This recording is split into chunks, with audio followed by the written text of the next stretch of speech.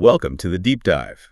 This is where we take that stack of sources you've shared with us and, well, we dig in. We try to unearth the most fascinating bits, the insights, the knowledge. Think of it as maybe a shortcut to getting informed on some potentially complex stuff. Exactly. Hopefully with plenty of aha moments, maybe a few laughs, depending on the material. And today, the sources you've given us are, well, they're truly something else. Yeah. We're diving deep into excerpts from a document.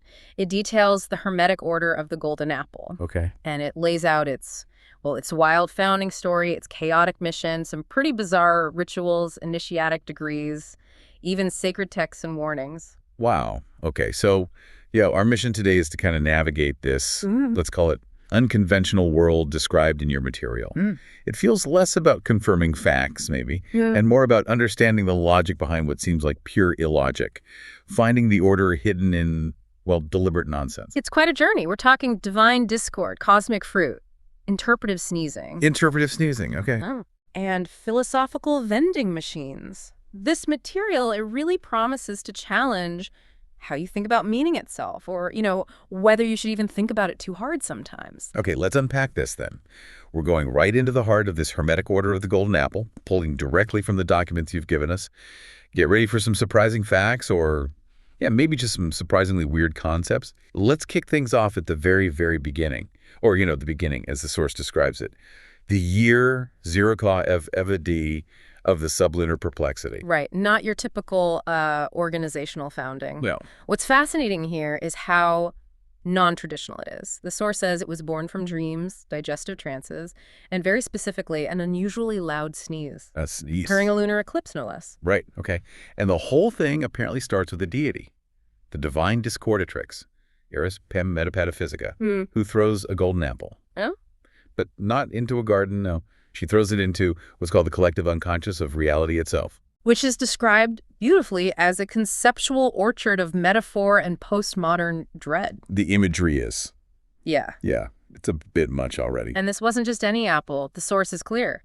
It had no inscription, making it a completely blank symbol, right? Wide open to infinite misinterpretation. And it didn't just land somewhere. It apparently fell through reality itself. Through it. Causing what's described as a minor earthquake in the morphogenic field of comprehension. Morphogenic field of comprehension. Okay, Right. hold on. So that's like the underlying structure of how we all understand things collectively. An earthquake in that field. Exactly. The very ground of meaning, apparently, was shaken. And this cosmic apple, it didn't just stop there. It seeded something called an egregore. An egregore. Yeah. Okay, for anyone not steeped in this kind of material, what is that exactly? Well, you can think of an egregore as a kind of collective thought form. It's an entity, or maybe an energy form, created by the combined mental or emotional energy of a group. Right. Like, the group's shared idea or focus sort of takes on a life of its own. Okay, got it. So this cosmic apple seeded a collective thought form, which then manifested as, wait for it, a poorly indexed library of forbidden newsletters on fax machines in secret societies that never actually existed. Yes, that manifestation alone, it tells you so much about the flavor of this group, doesn't it? It really does. Absolutely. And from this psychosymbolic mulch, as the source puts it, Mulch. emerged the first 5 founders, known collectively as the Pentacore. And the document gives us their names and some truly intriguing descriptions. Okay, like who? Well, you have Malaclyptus the medium well, who apparently spoke only in half-baked koans. Half-baked koans, like unfinished riddles. Or nonsensical ones, yeah. Then there's Mistress Zymergy of the unbalanced scales, who brewed something called Aleph Ale. Aleph Ale. Yeah. We've also got Bishop Recursive of the Infinite Fold, who somehow managed to self-ordain himself and then immediately recanted. Immediately, okay. Don't forget Lady Praxis Slip the Chronically Confused. Her key thing was walking the spiral path, but backward. Walking backward on the spiral path. Seems about right. And finally, perhaps the most intriguing one, the 5th founder. Who is? The source says their name is forgotten, and they might have been an apple core, or possibly just a hat. A hat. Okay, that adds a layer of profound uncertainty. It really does. And their practices, apparently they align their chakras using expired fruit. Expired fruit? And attune themselves to the astrological correspondences of the unseen zodiacs. which included, naturally, a 13th sign, Of course it did. What was it? Malum Venefica, which translates to the poison apple. The poison apple zodiac. And it's said to be visible only to those who believe in too many things at once. Okay, that detail is fascinating. It really raises the question, doesn't it? How do these, like, intentionally nonsensical or symbolic elements, expired fruit, a poison apple sign, how do they reflect their actual philosophy? That's the key, isn't it? The source suggests these aren't just random details. They proclaimed the order's foundation after a very specific event. A shooting star hit a parking meter. A parking meter. Which was apparently highly significant to Bishop Recursive, the one who self-ordained and recanted. Right. Okay. And their stated primary aims.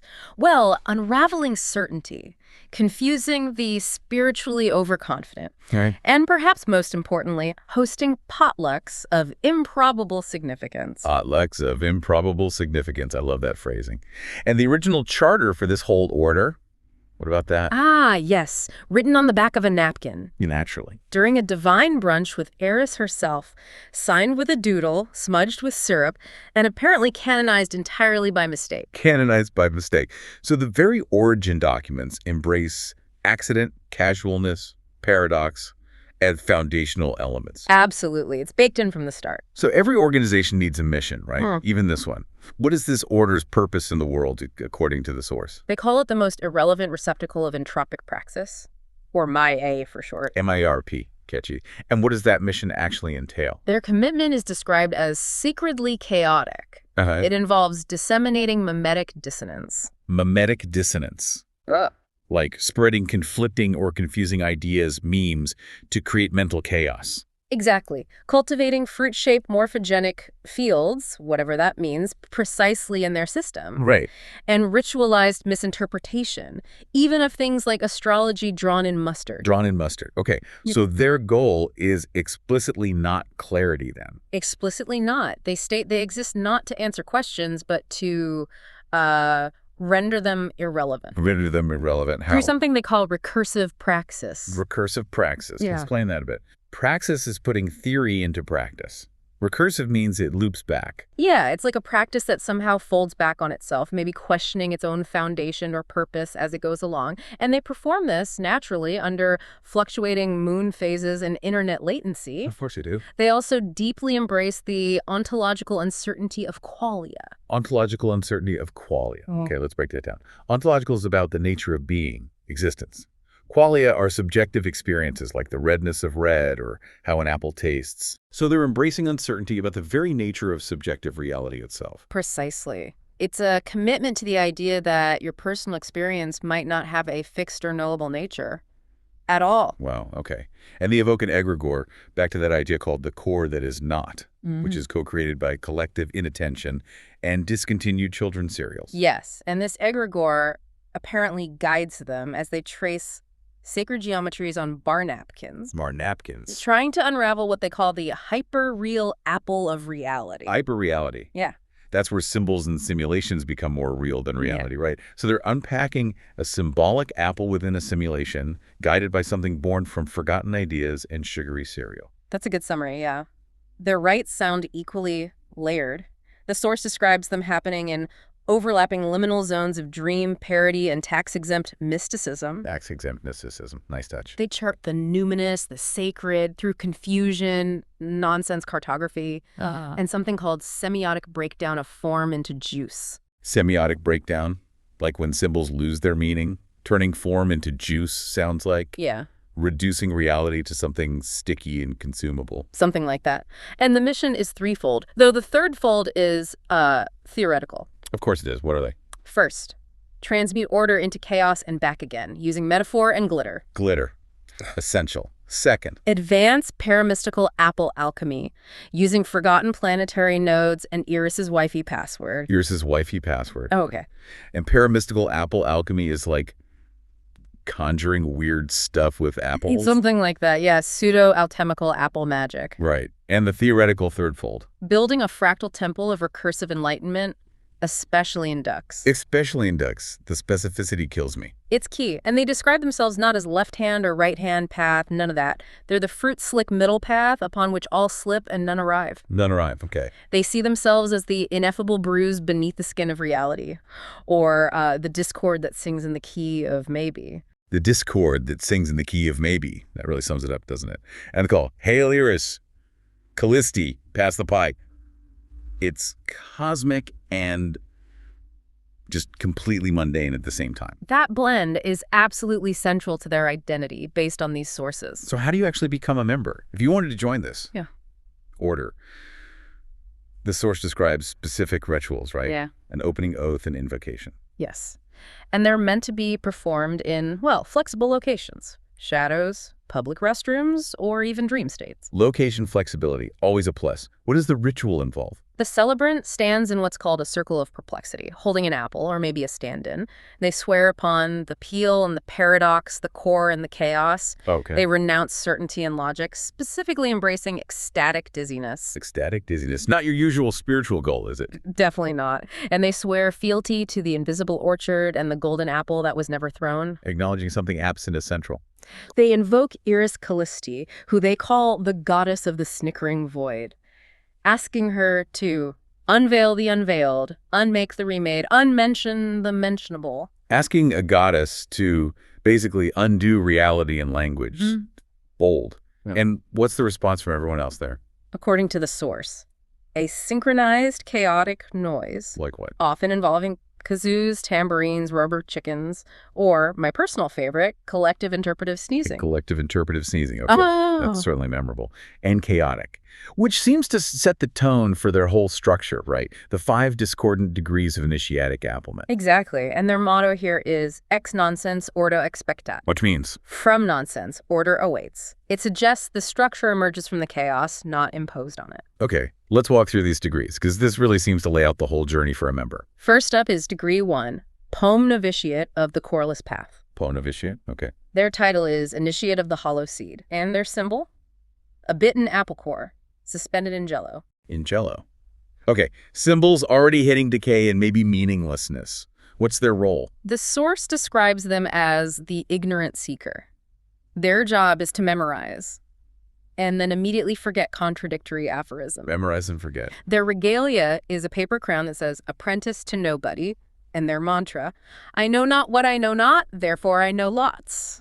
Embracing ignorance as a starting point. Paradoxical. How do they move up from novitiate? What's the test? That would be the trial of unpeeling the obvious. Okay. The requirements are, well, they're fascinatingly specific and absurd. They have to recite something called the 23 Forbidden Facts backwards while walking clockwise in a counterclockwise direction. Okay, that's physically confusing. And have to peel an invisible apple with a kazoo and then interpret the resulting spiral. Peel an invisible apple with a kazoo? How do you even do that? That's part of the test, I imagine. And then they're given a test question.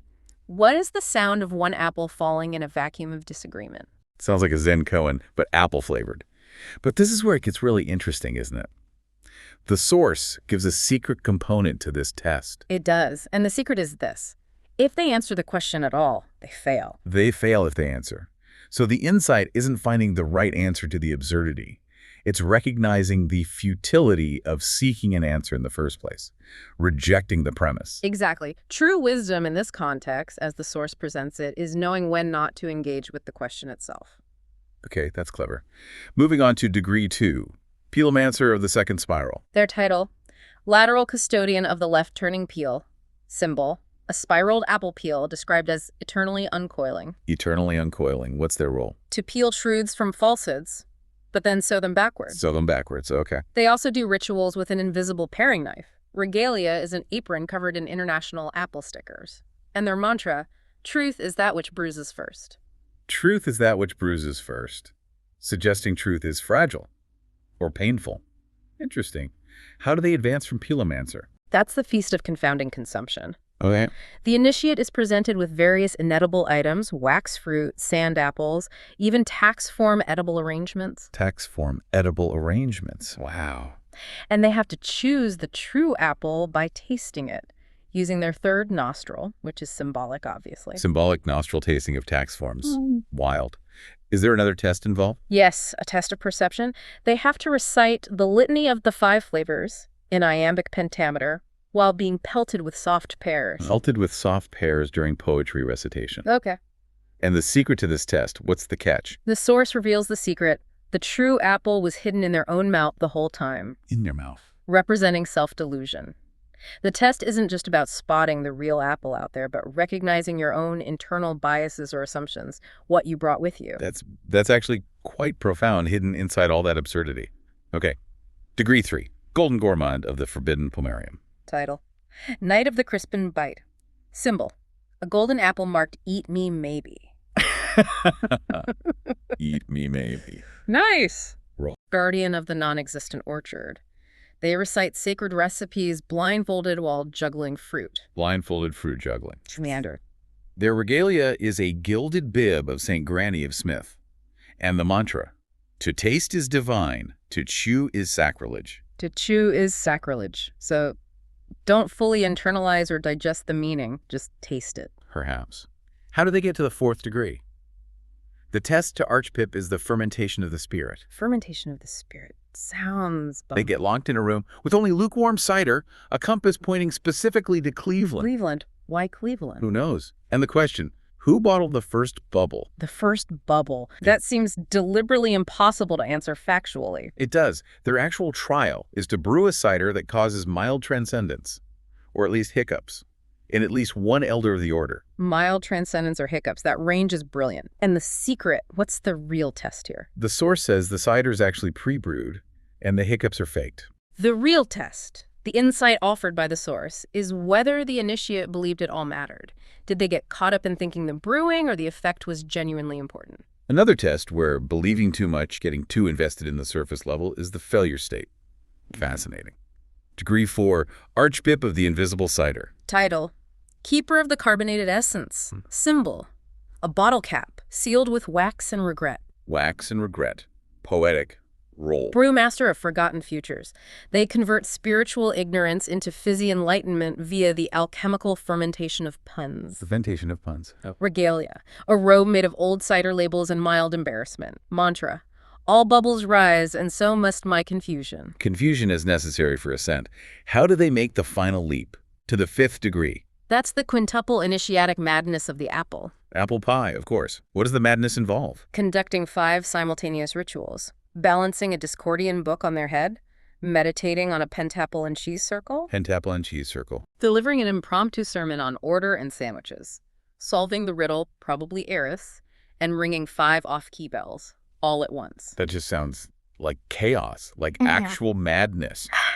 And is there a final pronouncement chant? There is. I am the peel, the core, and the compost. All things begin where they end unless they don't. Circular, but with an escape hatch. Yeah. Unless they don't. And the secret twist for this final initiation. The source says a golden apple appears, or maybe it doesn't, engraved with the initiate's next name. But the real test, the ultimate insight revealed in the source, it has always been about who is watching. Who is watching? Not just external observers, maybe. Their own self-awareness watching themselves go through it. Could be. It implies the whole journey might be a performance or a test of perception, maybe even self-perception. Wow. Okay. And finally, degree 5, Discordian Magus of the 5th fruit. Title: Exalted Master of Apple. Symbol: a pentagram revealed by slicing an apple horizontally, showing the star inside. Right. Roll. To utter incomprehensible prophecies. And wear 5 stacked hats? 5 stacked hats. Naturally. Regalia. A cloak that changes color based on the moon phase. Or their whim. Or what they had for lunch. Lunch-dependent cloak color. Love it. Mantra. All is peel. Nothing is core. Bite responsibly. Bite responsibly. A sudden, almost jarring note of caution in this world of deliberate chaos. It stands out, doesn't it? After these rites, there's also a closing benediction described. Okay, how do they wrap things up? Often performed while wearing a ceremonial cone of unknowing and holding an unbitten apple. The blessing itself invokes all sorts of bizarre transformations.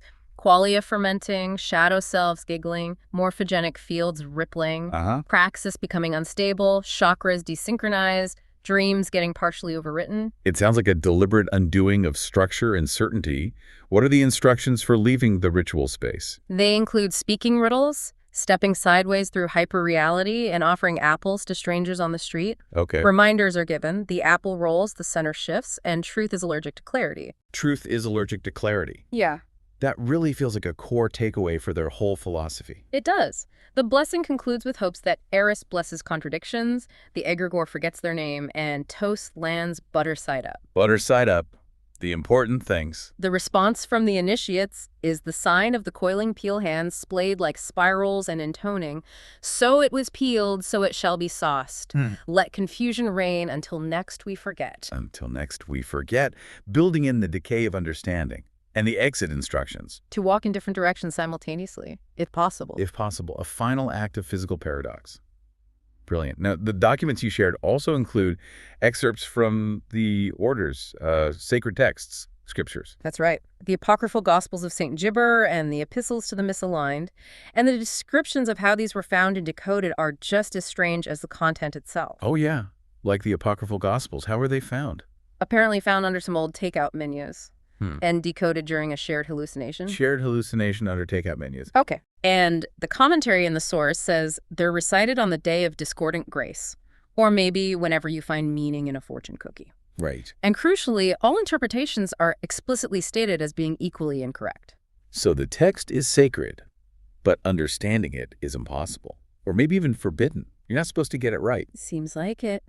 What do these Gospels say St. Gibber experienced? Well, she saw Eris arguing with herself, met the serpent of ambiguity, who hissed, "Define thyself," to which Gibber apparently replied, "Later." Later. Perfect. A bush did an interpretive dance, but said nothing, which was, quote, highly significant. A silent dancing bush being significant. Yes. She sat on a cracked sidewalk, whispering to ants, "Teach me the way of disorder." But the ants, they were apparently on lunch break. The ants were busy. Then a golden apple floating in her cereal offered this piece of wisdom. The map is not the fruit, but it's a good place to start. The map is not the fruit. Wow. That's a classic idea, right? The symbol isn't the reality, but applied to breakfast cereal. Exactly. She wrote this wisdom on her arm, the ink blurred, and the text says this meant meaning multiplied. Of course. When people came seeking wisdom, she told them, all truths are half price after midnight. Good deal. And a philosopher asked her the purpose of life. She just showed him a traffic cone and said, detour. Detour. That's a concise and absurd answer to life's biggest question. Did she explain herself? When asked to explain, she replied, I don't repeat myself. I echo diversely. I echo diversely. I might have to borrow that one. Right. She anointed followers with lemonade, giving them impossible titles like Cardinal of Unanswered Emails. Love it. And Vicar of Vague Intentions. And she declared the feast of the simultaneous contradiction, where meals are somehow eaten and uneaten at the same time. Okay. And the text concludes this section with, and it was good, or at least it was interesting, which is better. Interesting. Which is better? That sounds like a core value statement right there. And then there are the epistles. Right, the epistles to the misaligned. These were apparently dictated while St. Gibber was asleep, arguing with a coat rack. Arguing with a coat rack in her sleep. Okay.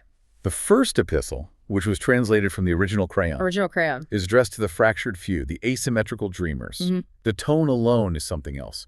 What does this epistle tell them? Well, it posits reality isn't a fixed place. It's a slippery agreement signed in invisible ink that apparently smells of nutmeg and regret. Nutmeg and regret. Specific. It warns against conforming to consensus reality, calling it a poorly rendered hyperobject. A poorly rendered hyperobject. So consensus reality is just a glitchy simulation we all kind of bought into. That's the strong implication, yeah. And it states that practice without paradox is like a door without a hinge. It's fundamentally non-functional in their system. St. Gibber visits the Temple of Uncertainty, which sounds appropriate. What's in there? It contains a mirror that reflects your future regrets and a vending machine that asks you to insert qualia. A vending machine asking for subjective experience. That's kind of brilliant and terrifying. Isn't it? The epistle also says memetics is the true alchemy, and astrology is just whatever star your emotional damage orbits. Whatever star your emotional damage orbits. That's surprisingly relatable in its own weird way. It's helpfully illustrated with a Uranus sticker in the original text, apparently.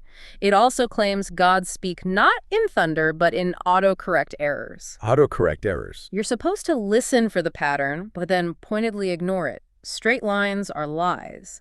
Iris herself speaks in binary, saying, all forms emerge from glitches. To err is divine, to diverge is necessary. To err is divine, to diverge is necessary. A core tenet of embracing chaos right there. The call is to spiral, loop, contradict, fractalize, because in the tangled thread, the pattern finds you. And there's a footnote in the source, supposedly by someone named St. Greg with 2 Gs. 2 Gs, important. Suggesting you chant this backwards under a waxing gibbous moon while standing on one foot, contemplating banana prices for potential revelation. Banana prices. The specific absurdity just keeps coming. Okay, what about the second epistle? Revealed, apparently, during a conference call St. Gibber had with her subconscious, a dead moth and the 5th dimension. Quite the conference call. What did it reveal? It asserts that reality is entirely too confident. The cosmos is just rearranging furniture. Constellations are just neurotic tendencies or maybe discontinued soda flavors. Stars are simply memes in fire. Memes in fire. I like that image. It reinforces the idea that hyperreality is already here. Symbols devour what they're supposed to represent and then burp semiotically. Burp semiotically when meaning breaks down and makes a noise. Pretty much. Yeah. When St. Gibber apparently asked the Void about qualia subjective experience again, the response she got was a gif of a raccoon folding laundry. A gif of a raccoon folding laundry as the answer to the nature of subjective experience. That's, yeah, profound and hilarious. The egregore, the core that is not, is described here as being self-aware and demanding tribute, in the form of poorly captioned memes and expired snacks. The currency of the modern absurd makes sense. The epistle warns, don't mistake clarity for knowledge. A spreadsheet can be totally wrong, but a sneeze might be truthful. Okay. Spiritual ascent is likened to tangled USB cords, and it advocates for inverted praxis, seek oscillations, measure success in vibrations, and failure in interpretive dance. Success in vibrations, failure in interpretive dance. Got it. St. Gibber apparently saw a spiral mirror reflecting a future self offering her tea. And the text offers us a practical piece of advice. Don't trust those who seem certain, especially if they have matching socks. Matching socks is a sign of untrustworthy certainty.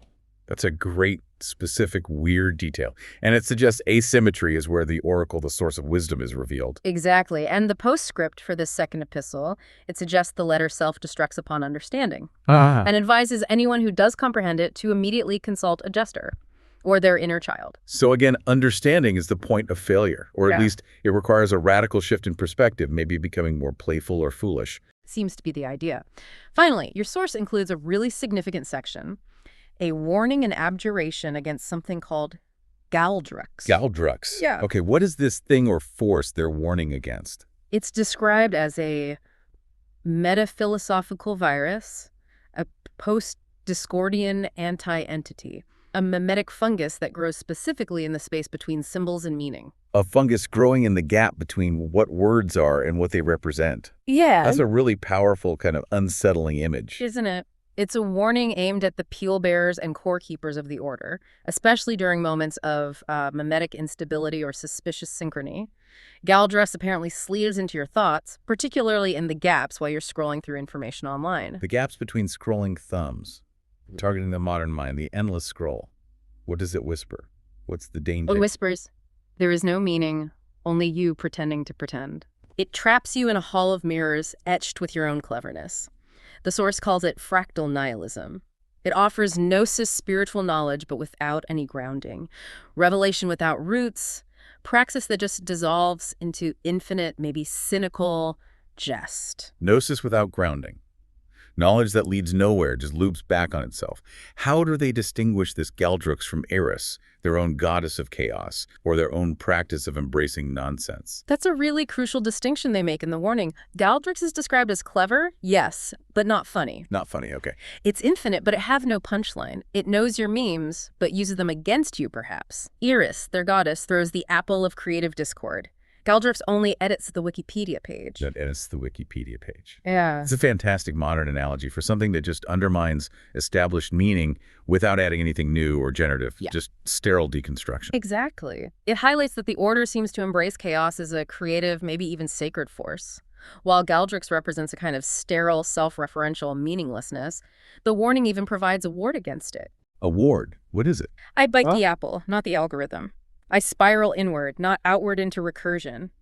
Galdrick's be unthought, be unsummoned, be unscrolled. I bite the apple, not the algorithm. That reinforces their focus on the tangible, maybe the symbolic real, over abstract control systems. Yeah. And spiraling inward, not getting lost in endless external loops. Precisely. This whole warning section, it really reveals that even within a philosophy built on nonsense and paradox, there's a line. They draw a line against pure, clever, maybe empty nihilism. There's still a point to their nonsense, maybe a creative core, which they believe Galdrick's lacks. Wow, okay. This whole deep dive into the Hermetic Order of the Golden Apple, just pulling from these wild documents you shared, has truly been quite a journey through paradox, confusion, cosmic fruit, and, yeah, surprisingly insightful absurdity. We've definitely navigated a strange landscape, their founding myth born from divine discord and a sneeze, meeting the bizarre Pentacore founders. Right. Exploring their mission to cultivate dissonance and make questions irrelevant. Witnessing their chaotic rites and initiatic tests that seem designed to test belief itself, not just knowledge. And delving into their scriptures filled with saintly gibberish, but also that serious warning about meaning just dissolving into something empty. It's a world deliberately built on the idea that certainty is, well, suspect, that paradox is sacred, and meaning isn't something you grasp firmly, but maybe experience in its slipperiness, like that fruit-slick path they talk about.